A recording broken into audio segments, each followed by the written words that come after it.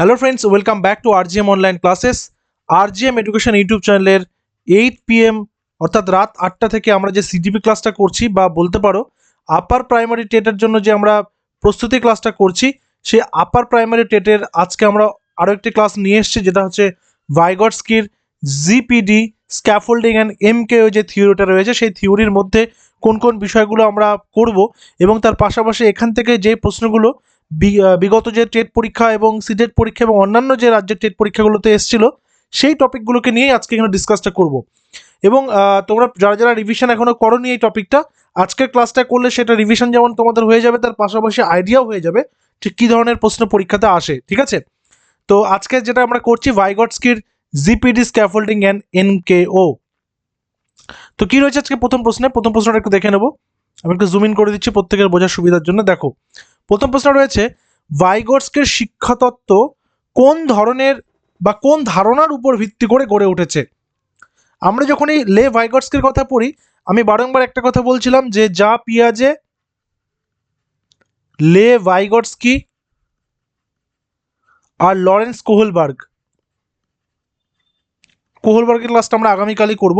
এই তিনটে চ্যাপ্টার যে রয়েছে, তিনটে চ্যাপ্টার খুব ইম্পর্টেন্ট এবং এই তিনটে চ্যাপ্টার থেকে কিন্তু কোয়েশ্চেন প্রত্যেকটা পরীক্ষাতে এসছে। সিটেট বলো, পশ্চিমবঙ্গের টেট বলো, আপার প্রাইমারি টেট বলো, Haryana TET, Rajasthan TET, Uttar Pradesh TET বা বিহার টেট, প্রত্যেকটাতেই কিন্তু এসছে। তাই এগুলো কিন্তু খুব ইম্পর্টেন্ট। তো ভাইগটস্কির শিক্ষাতত্ত্ব কোন ধারণার উপর ভিত্তি করে গড়ে উঠেছে? সেটা হচ্ছে সামাজিক মিথস্ক্রিয়া। ভাইগটস্কির যে শিক্ষাতত্ত্ব রয়েছে তাকে বলা হয় সোশিও কালচারাল থিওরি। এই সোশিও কালচারাল মানে দেখুন সোশ্যাল এবং কালচারাল, তাই না? অর্থাৎ যে সামাজিক এবং যে সাংস্কৃতিক, এই বিষয়টার মধ্যে যে একটা মেলবন্ধন রয়েছে, সেটা কথা তিনি বলেছেন। সামাজিক মিথস্ক্রিয়া বলতে তিনি কি বোঝাতে চাইলেন? মিথস্ক্রিয়া মানে হচ্ছে যখন সিনথেসিস হয়, সিনথেসিস অর্থাৎ মনে করো যখন কোনো কিছুর সাথে কোনো কিছু মিশে যায়। মানে তুমি ধরো যে আজকে একটা জেলা হাসপাতালে একদিনে আমি ধরে নিচ্ছি 30টার নতুন বাচ্চা জন্ম হয়েছে, 30 জন নবজাতক হয়েছে। এবার 30 জন নবজাতকের মধ্যে এরা কিন্তু প্রত্যেকেই একই পাড়ায় বাড়ি নয়, এরা আলাদা আলাদা পাড়ায় বাড়ি হতে পারে। আমি ধরে নিচ্ছি 30 জন 30টা আলাদা আলাদা পাড়াতে তাদের কিন্তু বাড়ি রয়েছে। এবার তারা যে পাড়ায় থাকছে, সেই পাড়ায় যে কালচারটা তারা দেখছে, তারা যে পরিবারের থেকে বিলং করে, সেই পরিবারের মধ্যে যেই কালচারটা তারা দেখছে, সেই কালচারটাই তারা কিন্তু শিখছে। অর্থাৎ একই বাড়িতে মনে করো যমজ বাচ্চা হয়েছে, যমজ বাচ্চা হলো ধরো, এবার একজন থাকলো সেই বাড়িতেই, আরেকজনকে তার মাসির সাথে বিহার বা ঝাড়খণ্ডে পাঠিয়ে দেওয়া হলো। 10 বছর পর দেখা যাবে ওই যমজ বাচ্চা দুটোর মধ্যে প্রচুর বৈশিষ্ট্যগত দিক থেকে মিল রয়েছে। হয়তো তাদের গ্রোথ সেম হয়েছে, কিন্তু তাদের ডেভেলপমেন্ট আলাদা আলাদা হয়েছে, তাদের ভাষা আলাদা আলাদা হয়েছে, তাদের কথোপকথন আলাদা আলাদা হয়েছে, তাদের সামাজিক যে ধ্যান ধারণা সেটাও আলাদা আলাদা হয়েছে। এটাকেই বলা হয় সামাজিক মিথস্ক্রিয়া। মানে যে যেই সমাজে থাকবে সে সেই সমাজের মধ্যেই কিন্তু সেইভাবেই তৈরি হবে। সোশিও কালচারাল থিওরি অনুযায়ী শেখার প্রধান মাধ্যম কোনটি? মাধ্যম বলতে বলা হচ্ছে মিডিয়াম। একক অনুশীলন সামাজিক মিথস্ক্রিয়ার শাস্তি নাকি পুনরাবৃত্তি? সোশিও কালচারাল থিওরি অনুযায়ী শেখার প্রধান মাধ্যম হচ্ছে সামাজিক মিথস্ক্রিয়া। যেমন ছোট থেকে আমাকে বলা হলো কি যে রাস্তার বাঁ দিক ধরে হাঁটতে হয়, অর্থাৎ রাস্তার বাঁ দিকটাই হচ্ছে রাইট সাইড, ডান দিকের যেটা অ্যাকচুয়ালি রাইট সেটা হচ্ছে রং সাইড। বোঝা গেল? এটা আমি কিভাবে শিখলাম? এটা আমি শিখলাম হচ্ছে সামাজিক মিথস্ক্রিয়ার মাধ্যমে। কিন্তু যারা বিদেশের কিছু কিছু দেশ রয়েছে যেখানে কি রাইট সাইড ধরেই হাঁটতে হয়, সেই সাইড ধরে গাড়ি চালাতে হয়, ওখানে right is always right, left is not right. ঠিক আছে, সেটা কিন্তু নয়। তো এক একটা জায়গার এক এক রকম সমাজ এবং সেই সমাজেই কিন্তু সেইভাবেই চলতে হয়। ঠিক আছে, নেক্সট আসবো জিপিডি। জিপিডি পুরো কথাটা কি, বা জেডপিডি তোমরা যাই বলো না কেন, এখান থেকে আসবে আমাদের আজকে টোটাল যে টার্গেটই ছিল জিপিডি স্ক্যাফোল্ডিং আর এমকেও। এই তিনটা বিষয়কে আমরা আজকে ভিভিডলি ডিসকাস করবো, যাতে করে তোমাদের এখান থেকে কোনো কোয়েশ্চেন আসলে আর কখনো ভুল না হয়। জিপিডি হচ্ছে zone of proximal development, zone of proximal development. ঠিক আছে, অপশন নাম্বার বি। জিপিডিটা কি? মনে করো আজকে তুমি হচ্ছে টিচার, তোমার স্কুলে কতগুলো বাচ্চা রয়েছে, সেই বাচ্চাগুলো মনে করো আজকে এ পয়েন্টে আছে, অর্থাৎ তাদের যে জ্ঞান এই পয়েন্টে আছে, বাট তারা বি পয়েন্টে জ্ঞান অর্জন করার ক্ষমতা রাখে, এটা তাদের ক্ষমতা আছে এটা করার, কিন্তু তারা এখনো পর্যন্ত এই পয়েন্টে আটকে আছে। তুমি কি করলে? তুমি তাদেরকে সহযোগিতা করলে, তুমি তাদেরকে একটা ল্যাডার বানিয়ে দিলে। তো তারা কি করলো? ল্যাডারটা ধরে ধরে, ল্যাডার মানে কি মই, তারা সেখান থেকে আস্তে আস্তে আস্তে আস্তে উঠে গেল। এই যে তুমি হেল্প করলে তাদেরকে, তুমি কি করলে? ফ্যাসিলিটেট করলে, তুমি তাদেরকে ফ্যাসিলিটি দিলে, তাই তো? সেই জন্য তুমি কিন্তু এখানে টিচারের থেকে বড় কথা, তুমি একজন ফ্যাসিলিটেটর, ফ্যাসিলিটেটর, ঠিক আছে? অর্থাৎ যে সহযোগকারী, অর্থাৎ সেই যে বাচ্চাগুলো যাদের একটা পরিমাণ মতো জ্ঞান ছিল, কিন্তু তারা অন্য একটা পরিমাণে জ্ঞানে পৌঁছাতে পারতো, সে তাদের পৌঁছাতে পারাটাকে তুমি বুঝলে এবং বুঝে নিয়ে তুমি তাদেরকে সেইভাবে হেল্প করলে, কিন্তু তুমি তাদেরকে কিন্তু কাজটা করে দিলে না, কাজটা তারা নিজেরাই করলো, কিন্তু তুমি হেল্প করলে তাদেরকে করার জন্য। এইটা হচ্ছে বলা হয় ফ্যাসিলিটেট করা, এইটা হচ্ছে জোন অফ প্রক্সিমাল ডেভেলপমেন্ট। অর্থাৎ বর্তমান জ্ঞান থেকে সম্ভাব্য জ্ঞানের যে জায়গা, সেখানে পৌঁছে দেওয়াই হচ্ছে জোন অফ প্রক্সিমাল ডেভেলপমেন্ট।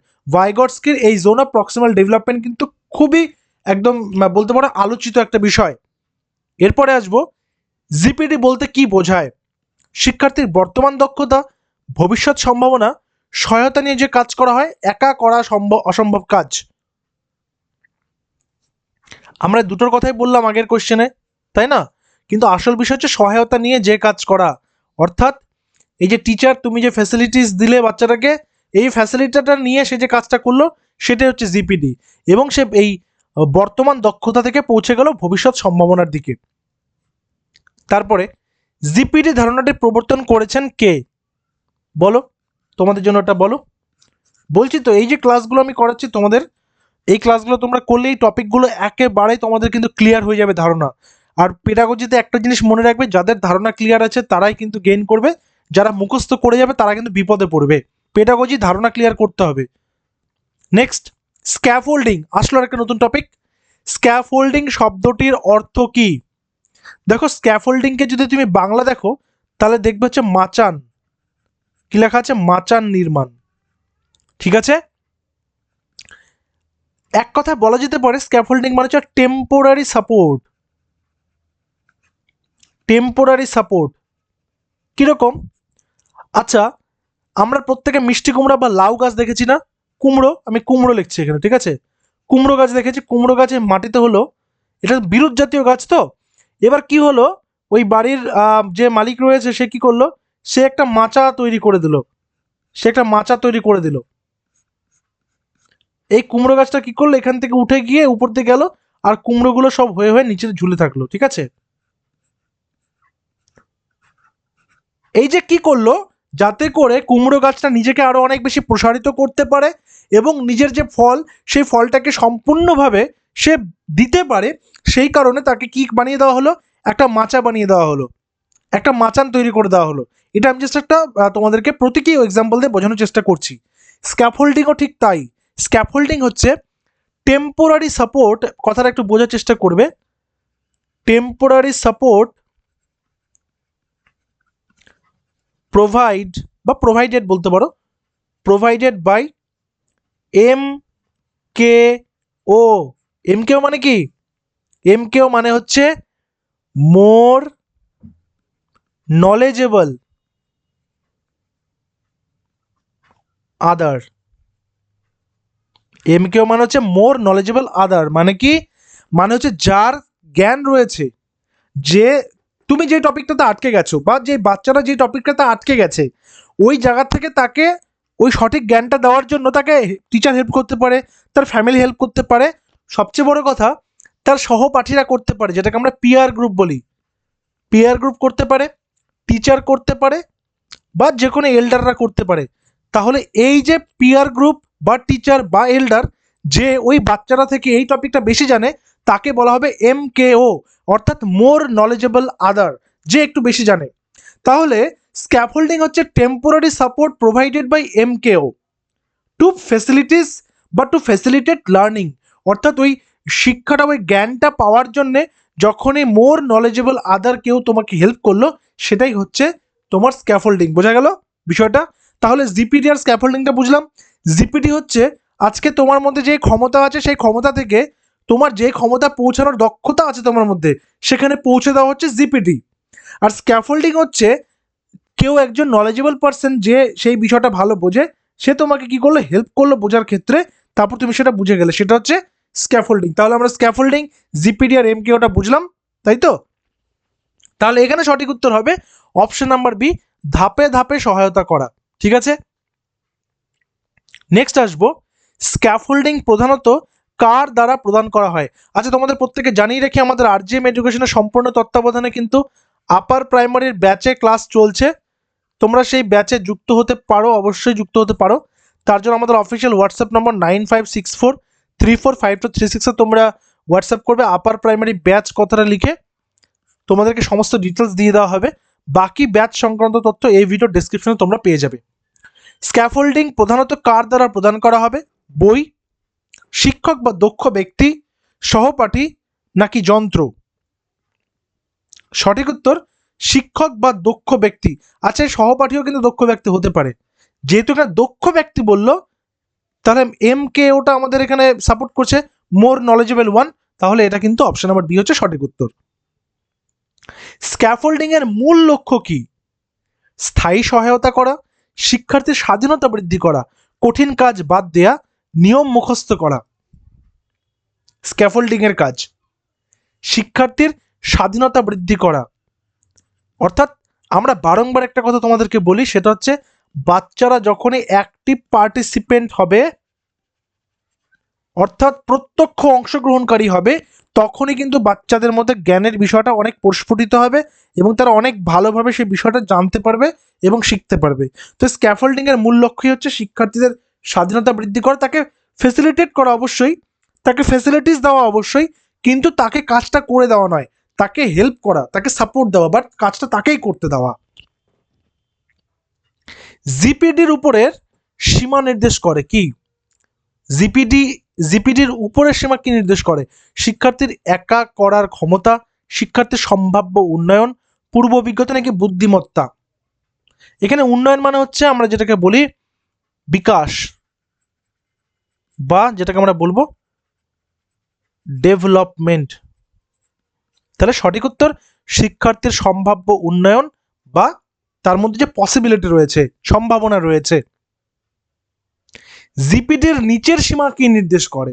অর্থাৎ এই উপরেরটা যে সম্ভাব্যটা, তাহলে এটা কি বর্তমান কি আছে, তাই না?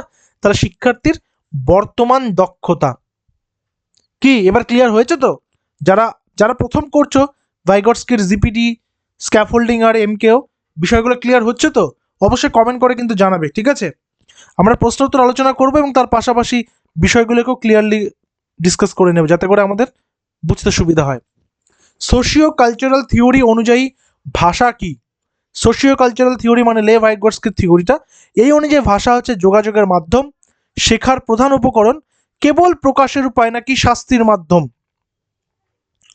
ভাষা হচ্ছে শেখার প্রধান উপকরণ, অপশন নাম্বার বি। ঠিক আছে, ভাইগটস্কি অনুযায়ী চিন্তার বিকাশ ঘটে জন্মগতভাবে, একক প্রচেষ্টায়, সামাজিক যোগাযোগের মাধ্যমে নাকি পরীক্ষার মাধ্যমে? ভাইগটস্কি অনুযায়ী চিন্তার বিকাশ ঘটে, সঠিক উত্তর সামাজিক যোগাযোগের মাধ্যমে। এই যেটাকে বলেছে না সামাজিক মিথস্ক্রিয়া, সামাজিক মিথস্ক্রিয়া মানে সোশ্যাল সিনথেসিস যেটা। অর্থাৎ দেখো, একটা জিনিস তোমরা বুঝবে, ধরো কালকে তুমি ক্লাসে পড়াচ্ছ, তোমার 30টা বাচ্চা আছে, এবার তাদের মধ্যে না কেউ কেউ লোকাল ডাইলেক্টে কথা বলছে, মানে লোকাল ভাষায় কথা বলছে। ঠিক আছে, বিভিন্ন রকমের লোকাল ভাষা হতে পারে, স্থানীয় ভাষা হতে পারে, সেভাবে কথা বলছে। এই ভাষাটা সে কোথা থেকে শিখলো? তার পরিবার তো আছে, তার পাশাপাশি তার পাড়া বা তার গ্রাম, তার এলাকা, তার অঞ্চল, সে যেখানে থাকে সেখানকার মানুষ যেরকমভাবে যেই ভাষাতে কথা বলছে, সেও সেই ভাষাটাই কিন্তু শিখে যাচ্ছে। ঠিক আছে, এটাই হচ্ছে সামাজিক যোগাযোগ, সোশ্যাল যে কানেক্টিভিটি রয়েছে, একজনের সঙ্গে আরেকজনের যে ইয়ে করে। আচ্ছা, একটা জিনিস বলে রাখি, মনে করো আজকে তুমি ক্লাসে আছো, একটা কন্ডিশনাল কোশ্চেন তোমাদের দিই, ধরো ক্লাসে আছো, 30টা বাচ্চা ভিন্ন ভিন্ন ব্যাকগ্রাউন্ড থেকে এসছে এবং তাদের কথোপকথনও অন্য অন্য রকম, তখন তুমি কোন মাধ্যমে পড়াবে?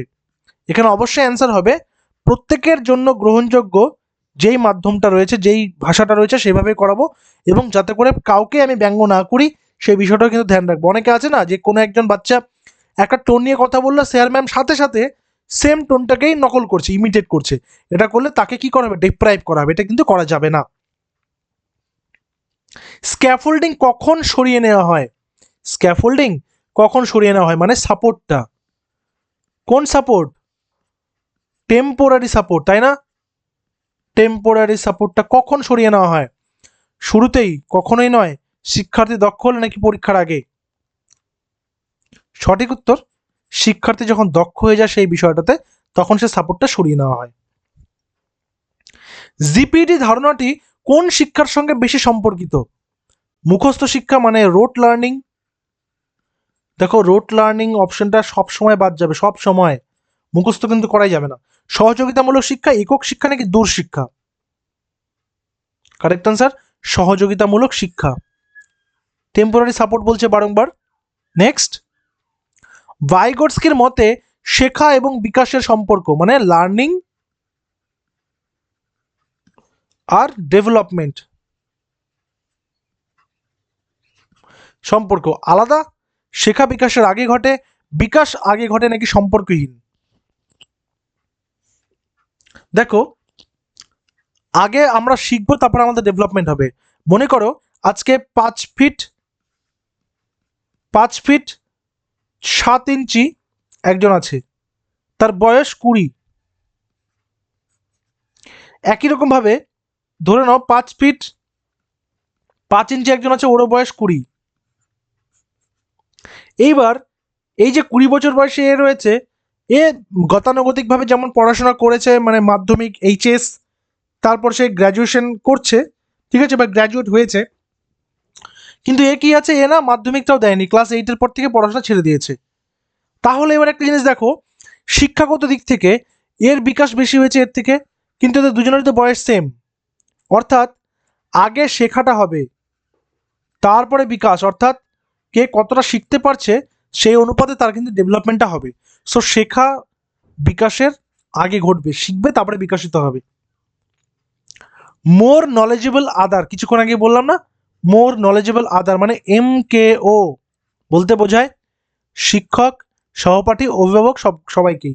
আমি কিছুক্ষণ আগে বলেছিলাম যে এল্ডার বলেছিলাম, ওটা পেরেন্টস বলতে পারো। অভিভাবক মানে আমি বলতে পারি গার্ডিয়ান, তাই তো? আমি জি লিখলাম, প্লাস পিয়ার গ্রুপের পি লিখলাম, প্লাস টিচারের টি লিখলাম, তাহলে জিপিটি, তাই না? জিপিটি। তাহলে উপরে সব কয়টি হচ্ছে এখানে সঠিক উত্তর, অপশন নাম্বার ডি। মানে বাচ্চাটা যার কাছ থেকে শিখছে সেটাই হচ্ছে তোমার সঠিক উত্তর হবে। নেক্সট, স্ক্যাফোল্ডিং পদ্ধতিতে শিক্ষার্থী হয় নির্ভরশীল, নিষ্ক্রিয়, সক্রিয় নাকি ভীত? স্ক্যাফোল্ডিং পদ্ধতিতে শিক্ষার্থী কি হয়? সক্রিয়, অ্যাক্টিভ পার্টিসিপেন্ট থাকবে বাচ্চাটা। আর টিচার কি করবে? টিচার কিন্তু দূর থেকে সাপোর্ট দেবে, বাট কাজ কিন্তু করবে বাচ্চাটাই, ঠিক আছে? সোশিও কালচারাল থিওরি কোন দিককে গুরুত্ব দেয়? পরিবেশ, সংস্কৃতি, সমাজ নাকি সব কয়টি?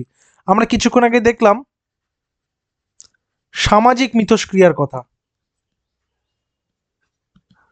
আবার এই নামে আছে সোশিও কালচারাল, মানে সমাজ আবার সংস্কৃতি রয়েছে। এবার সমাজ তো আবার পরিবেশকে নিয়ে ঘটবে, এছাড়া তো ঘটবে না। তাহলে এখানে সব কয়টি হচ্ছে সঠিক উত্তর, অপশন নাম্বার ডি। ভাইগটস্কির মতে শিক্ষকের ভূমিকা জ্ঞানদাতা, পথ প্রদর্শক, পরীক্ষক নাকি নিয়ন্ত্রক? ভাইগটস্কির মতে শিক্ষকের ভূমিকা, সঠিক উত্তর একজন পথ প্রদর্শক। আমরা প্রথমেই জানি যে একজন টিচার সবার আগে কি? গাইড, ফ্রেন্ড, ফিলোসফার, বা ফ্রেন্ড, ফিলোসফার, গাইড, তাই না? তাকেই তো আমরা টিচার বলবো, ঠিক আছে? জিপিডি ধারণাটি বেশি কার্যকর একক কাজে, দলগত কাজে, পরীক্ষা নাকি মুখস্থ বিদ্যায় বা মুখস্থ শিক্ষায়? জিপিডি ধারণাটি বেশি কার্যকর দলগত কাজে, option number B. Next, scaffolding একটি স্থায়ী পদ্ধতি, অস্থায়ী পদ্ধতি, শাস্তিমূলক কৌশল নাকি পরীক্ষামূলক কৌশল? দেখো এটা কিন্তু টেম্পোরারি সাপোর্ট, বারবার বলছি টেম্পোরারি। টেম্পোরারি মানেই তো অস্থায়ী, তাই তো? তাহলে অপশন নাম্বার বি, 21-এর বি। ভাইগটস্কির তত্ত্বটি কোন শিক্ষাবিদ্যার সঙ্গে যুক্ত? ভাইগটস্কির তত্ত্বটি কোন শিক্ষাবিদ্যার সঙ্গে যুক্ত? আচরণবাদ, গঠনবাদ, মানবতাবাদ, প্রয়োগবাদ। কি হবে কারেক্ট অ্যান্সার? গঠনবাদ। গঠনবাদের উপরে আমাদের একটা আলাদা ক্লাস রয়েছে, কনস্ট্রাকটিভিজম মানে গঠনবাদ, তাই না? সো অপশন নাম্বার বি হচ্ছে এখানে কারেক্ট অ্যান্সার। ভাষা এবং চিন্তার সম্পর্ক নিয়ে কাজ করেন স্কিনার, পিয়াজে, ভাইগটস্কি নাকি ব্রুনার? সঠিক উত্তর ভাইগটস্কি, অপশন নাম্বার সি। পিয়াজে তো আমাদের হয়ে গেছে, স্কিনার আমাদের আসবে, বিএফ স্কিনার। আমরা যখন কন্ডিশনিং নিয়ে পড়বো ব্রুনারও আমাদের কিন্তু আসবে, সব আসবে এক এক করে। সোশিও কালচারাল থিওরি অনুযায়ী শেখা হয় একা, সামাজিক পরিবেশে, পরীক্ষার মাধ্যমে নাকি শাস্তির মাধ্যমে? সোশিও কালচারাল আছে, দেখো ভাইগটস্কির তত্ত্বটা তোমরা যখনই পাবে সেখানে সামাজিক ব্যাপারটা কিন্তু থাকছেই, ঠিক আছে? তাহলে সামাজিক পরিবেশে। স্ক্যাফোল্ডিং সফল হলে শিক্ষার্থীর শিক্ষক নির্ভর থাকে, নিজে নিজে কাজ করতে পারে, শেখা বন্ধ করে, সাহায্য চায় না। কারেক্ট অ্যান্সার নিজে নিজে কাজ করতে পারে। তো এই 25টা কোয়েশ্চেন নিয়ে আজকের সেটটা কিন্তু ছিল। আউট অফ 25 তোমাদের স্কোর কত হলো অবশ্যই জানাবে। আমরা আগামীকাল লরেন্স কোহলবার্গের যে মরাল ডেভেলপমেন্ট থিওরিটা রয়েছে সেটা নিয়ে ক্লাস করব ঠিক 8টায়। তোমরা চলে এসো টাইম মতন। দেখা হচ্ছে পরবর্তী ক্লাসে। Till then stay connected with RGM education YouTube channel. Thank you very much.